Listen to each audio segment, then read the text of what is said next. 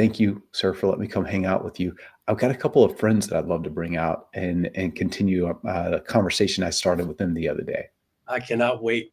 Get these guys in here. I'll like to see you. See you at the backside. All right, buddy. Thank you. All right, Austin and Nate, you guys with me? We're here. Hey, we are here. How are you guys? Doing great. Great. Well, happy Friday to you both.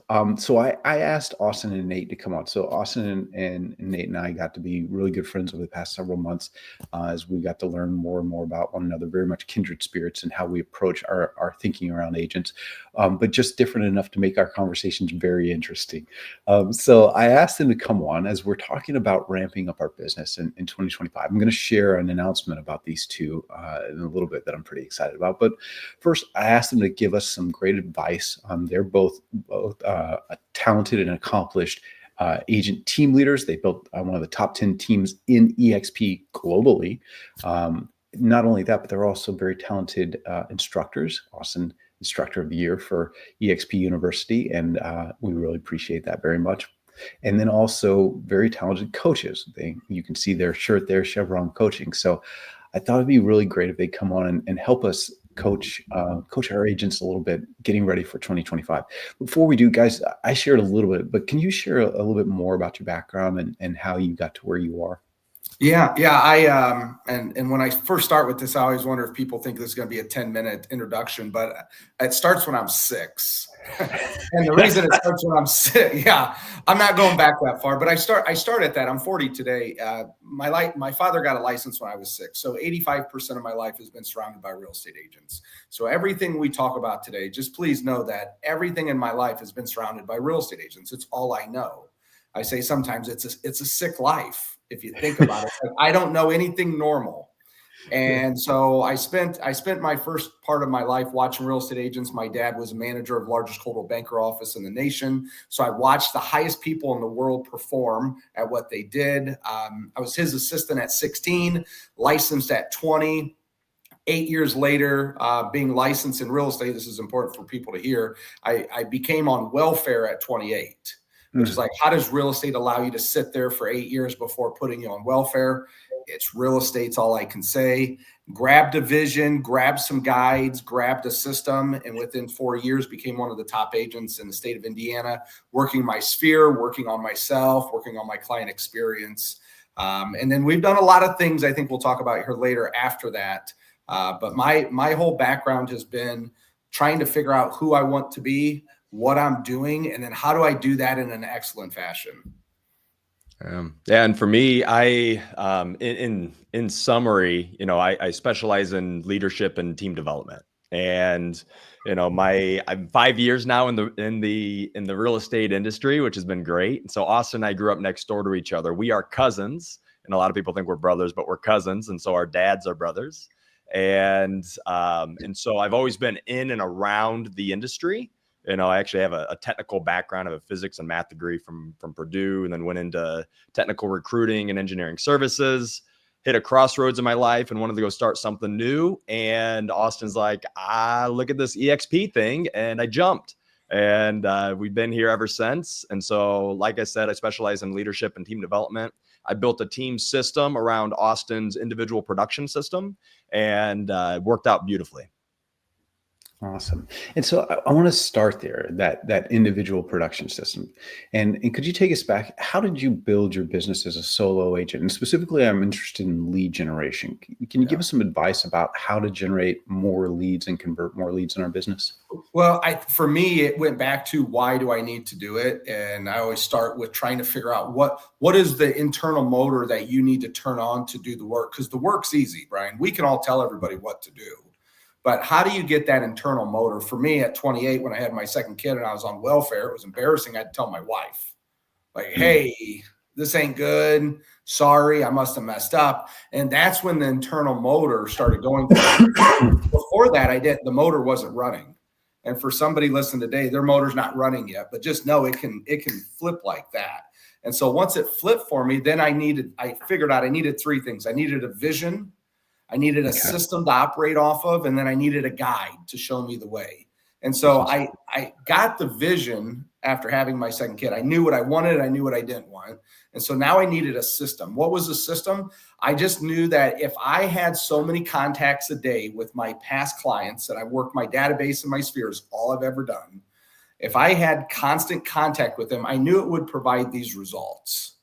And so I just went and I grinded, and I didn't grind to the point where I was going to lose my family like I saw everybody else do earlier in my life. You know, the business picks up, and then the wife and the husband and the kids never see them. It's always like, hey, Dad, when'd you get a beard? But like, I didn't do that, but I worked smarter. And because of that, I knew that I needed so many contacts a day. I knew that I had to raise my service. The big thing is I had to raise my mindset of when I call somebody, what is the point of this conversation? And how do I lead it from service from them to service to who they know? And once you started doing that, it was like a snowball rolling downhill. It just kept going. The vision was clear. The systems were being worked on, and my guides were helping me go along the way. I'm curious. You said hitting my daily number of contacts. It's going to be different for different people and different production levels, because literally you can take whatever dollar amount you want out of your business and dial that back through conversion rates to your activity level.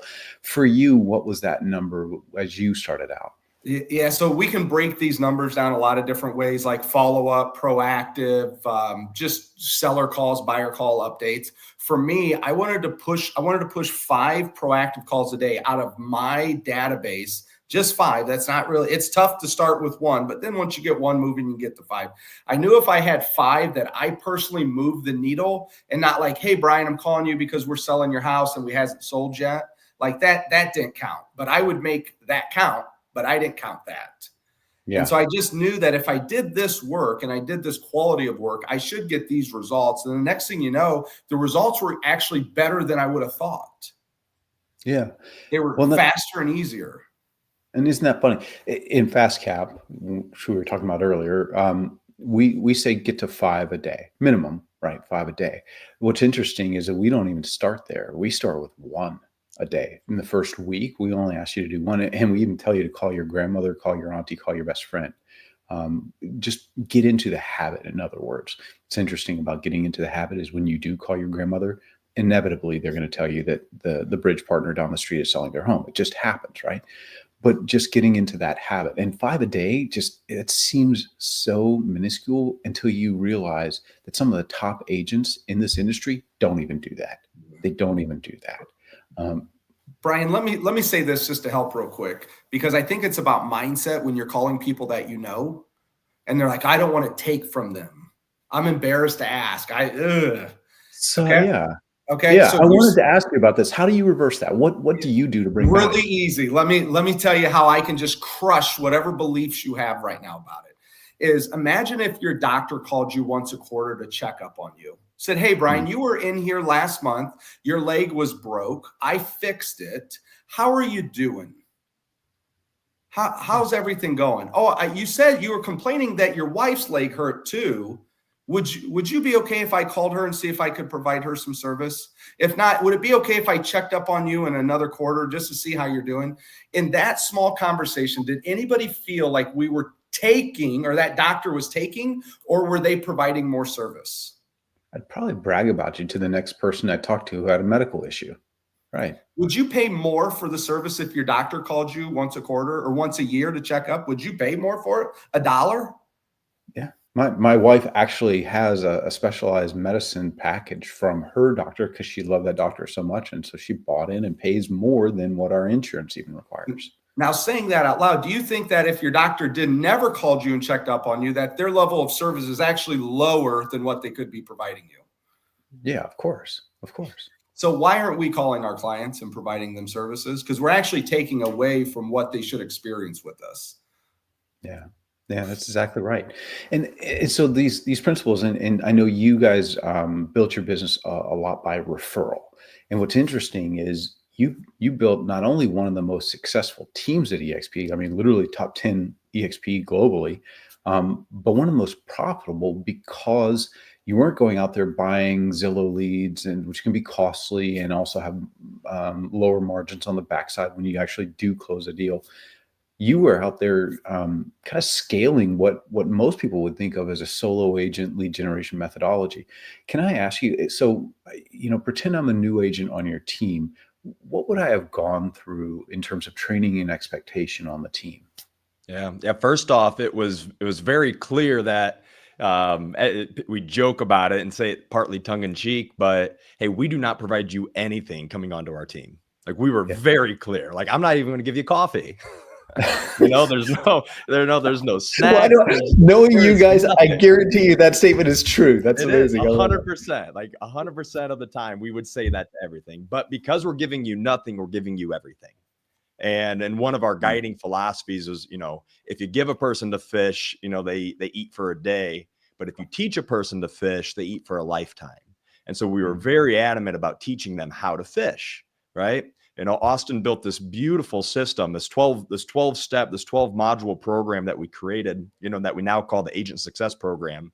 And I built a team model around that program specifically, and we ran everyone through it, and it's iterative. And I'll get into that in a moment.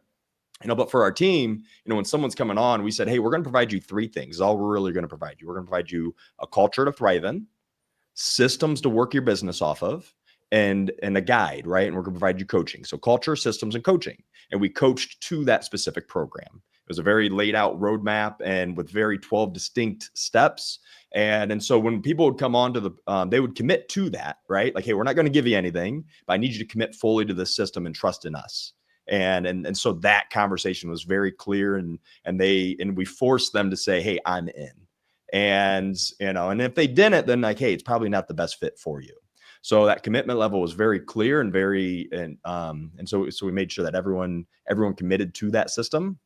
And so the system itself, we focus on life, and then we focus on business. We focus on life, and then we focus on business. And so we're, our mission statement, within our team and now within our coaching company, it's to help and show realtors how to live a better life, right? Where help means to teach, to guide, to coach, and show means to lead by example.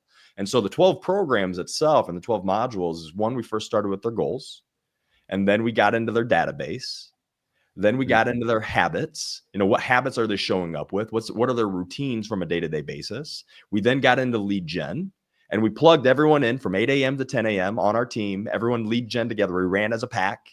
And so when they plugged in Monday through Thursday, we ran 3 to 4 weeks a month, and then we took off a week. So something that we call a rest run cycle. And so like Austin was telling just about his individual, a referral based business. That's what we did collectively as a group, and we would hold each other accountable to that. After we would really focus on the lead gen, we would hit on money. That was module 5. And actually, how do you manage your money? We would hit into buyer consultations. We would talk about time management and prioritization. Then we would get into sellers consultations. Then we would actually get into our module 9 is our calendar, where, hey, how do we actually map out the whole calendar? Where most agents at best work week to week. A lot of them work hour to hour. And so how do we get them to work month to month and actually start seeing into the future? And then eventually, once we keep practicing that muscle, how do we actually plan out a whole entire year? Where module 10 is DISC, right? We get heavy into communication styles and how do you effectively communicate, one with the team, and then 2, especially with your clients. We get into 11 is at our education plan. And then 12, we talk about commissions and just how, charging a commission it's really about mindset and service. And what do you want to charge for that? And so that's the 12 programs, right? And we go much deeper into that, but that's, and it's an iterative process, right? And because all of us can work on our habits, all of us can continue to work on our time prioritization and how we manage our money and how we effectively communicate, right? So that's what an agent would experience coming onto our team. What struck me most about you guys as I learned about you, as I learned about your business, and as I learned about how you live your lives, is that you live according to the kind of principles that you're talking about. Austin, you talked about, designing your business around being home at 5 p.m. And Nate, you talked about the restaurant cycle, 3 weeks on, 1 week off. What's interesting is So I was in the middle of a mastermind. This was a top agent, top team leader mastermind about a decade or so ago. And one of the guys in the mastermind who's doing 200 deals a year stands up and he's talking about how he works with sellers. And he's like, so yeah, I just have the sellers come to the office and we do the listing presentation there. And all of us in the mastermind are waiting for him to tell us, how he then goes to the house, or that somebody goes to the house and it doesn't come. And lo and behold, he doesn't go to the house, right? He doesn't go to the house. The sellers all come to him. The guy's doing hundreds of sellers per year, and he's not going to their house. And all of us in the mastermind were like, wait, you can do that? And I was talking with another agent a few weeks ago, actually, an EXP agent, and he said, yeah, I do tons of open houses. So like, so great. So tell me, when do you do these? He's like, yeah, Friday afternoon from 3 to 5. I was like, wait, you don't spend Sunday and Saturday doing open houses? He's like, no, why would I do that? I want to be with my family. The world responds to our boundaries, but what most agents don't do is they don't work a system. They don't work a system that helps them establish those boundaries and then work toward them, right? And as a result, we just bump around, and either we figure it out on our own, or for most of us, we just don't. For you, when you see your team leaders coming, your team members coming on your team, and you're presenting the system to them, why did agents typically succeed, and why did agents typically fail when it came to working that kind of system? I'll tell you why they failed. Okay. Now, our interview process was excellent. Everybody that committed said they were going to do it. Me and Nate might be like, I think they'll do it, I'm not sure. But we still had them come on. So the interview, to start with, had to be up here, and you had to jump over all these hoops and hurdles and know that, hey, we're not giving you anything. I always said, I'm not your sugar daddy. Let's make that clear right now. I'm going to help you, but I'm not your sugar daddy. Well, we want to make sure that was clear. You laugh, but this was our interview process. I'm laughing at the phrasing. I respect the sentiment. I'm laughing at the phrasing. Yeah. So with that being said, here's our expectations on how you're going to succeed on this team. And we actually, in our teams program, we break down why we offboarded 30 agents from our team. And Nate, what was the categories we used? It was into our expectations. So we had culture, we had communication, we had commitment, and we had capping. So did they cap? Did they communicate? Did they commit? And then how were they relationally within the team, culture-wise? So we did an audit on our team before we presented all this to the world and said, where did we offboard the agents on our team? Why didn't it work out for them? And 81% of the agents we offboarded was because their commitment level changed.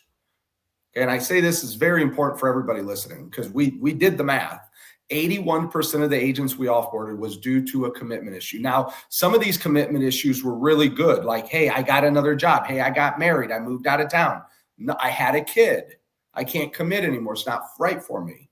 And so separate those and go to the people who said they wanted to commit. They wanted to step up into the next layer of their life, but didn't. And the reason what it was their personal habits they didn't get out of them. They weren't willing to grow and do what was hard to get to the next. And because our system was so like, I'm on you, I'm watching, because we're all trying to get somewhere, it exposed them. And when they weren't ready to be exposed, they kind of went in and hid. And when you go hide, you're never going to succeed. And so it's essentially accountability. So the people that were willing to be held accountable succeeded. The people that weren't normally didn't get there. I find oftentimes when I ask people how committed they are, they say, yeah, 100%. And what they're saying is, I'm committed to the results, not committed to the work that it's going to take to get to those results, right? And that's really the difference maker. So I want to share with them about a problem that I had and a solution that we came up with. So here was my problem. I mentioned Fast Cap earlier. I shared some of the results that we've had from that program. Amazing program. My challenge is scale. I have an amazing team. There's only so many Fast Caps that they're able to do. And so Leo Pareja, our lesser CEO, and I were having a conversation one day. And we said, well, what if we were to go find an amazing EXP, agent coach kind of player who could train really well and see if they'd be interested in doing this for us. And he and I both kind of came up with the same names in that conversation. And that led me to these two gentlemen. And so I'm really excited about this. So I mentioned the January 8th cohort. That's going to start at the beginning of the year. January 29th, we're doing what we're jokingly kind of calling the takeover. So January 29th, Austin and Nate are going to lead FastCap for us. You got the QR code there for it. Again, this is a 6-week program. These gentlemen are going to take you through FastCap. They're going to share with you the success of all the FastCap agents that we based this program on, and also to the things that they did to be successful as well. They're doing the full program. This is FastCap. It's just with Nate and Austin's magic dust sprinkled on top of it. So we're pretty excited to have you guys doing it. And by the way, thank you for doing it. We really appreciate that. Question for you. You have an amazing coaching program. You've had an amazing life. You certainly don't need to be doing this. I happen to know that you have significant investings in real estate and property and things like that. So when you look at spending 6 weeks with 1,000 of your closest FastCap friends in that cohort, what are you looking forward to most about that? Yeah, for me, I said it earlier, our mission, right? Our mission is to help and show realtors how to live a better life. And I love EXP. EXP is an amazing company. And, and we've shifted a lot of our resources into our coaching and training company, Cheviron Coaching. And for us to be able to do this for this company, and truly carry out our mission, right? It's an amazing thing. I mean, you have the largest brokerage in the world, so many people. I mean, the leadership, the executive team with you, Bryon, and everyone else is just top notch. I mean, I got excited at EXPCon just with what we're doing and where we're going as a company. And Me too, I mean, just, oh my God. And so just to be able to come in and help be a catalyst for that, through this, through FastCap takeover, right? Love the name. And it'll be an awesome time. I'm really excited. Cool. Yeah, for me, Bryon, it's a part of the legacy play, which is I stopped selling real estate because I knew I could help 90 people a year, or we could run a team and help 900. Mm-hmm. Right, like that. So as we keep growing in our as I get older, we want to have a bigger legacy. We want to help more people. Well, we shut down the team this year to focus on, instead of helping 900 people, how do we help 90,000 people? And as our problems get bigger, our impact gets bigger, and our lives get bigger. And so for me, this is a beautiful journey along the way to continue to give, but instead of giving to one or two, we're giving to hundreds, in this case, thousands. So funny. It's when I came to EXP, I had my own coaching company, was living a wonderful life. The reason I gave that up is exactly that.